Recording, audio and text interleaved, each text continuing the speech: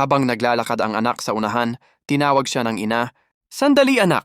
Kung magpo-propose ka kay Eliza, pakinggan mo muna ako. Gusto kong malaman, mahal ka ba niya o ang pera mo? Sumagot ang anak. Medyo maarte si Eliza pero tunay niya akong mahal.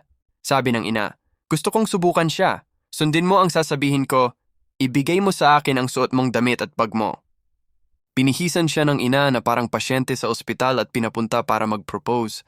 Pagdating ni Eliza kasama ang kaibigan, nagtanong ito, bakit ka nakasuot ng damit ng pasyente? Anong nangyari? Sagot ng lalaki, kaunting aksidente lang, nasugatan ang binti ko. Sabi ng doktor, kailangan ng operasyon na aabot ng $1,000,000. Pinanonood sila ng ina mula sa malayo.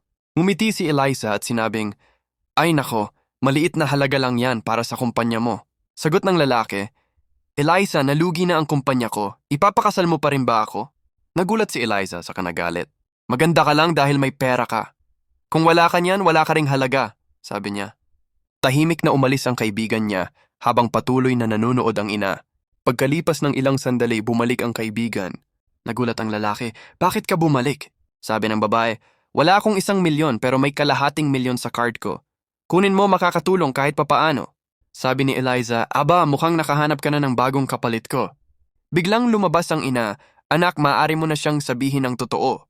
Galit na sabi ng lalaki, ikaw na ang magsabi, inay. Sabi ng ina, hindi kami nalugi at maayos ang binti niya. Isa lang itong pagsubok. Sagot ng anak, salamat inay. Binuksan mo ang mga mata ko.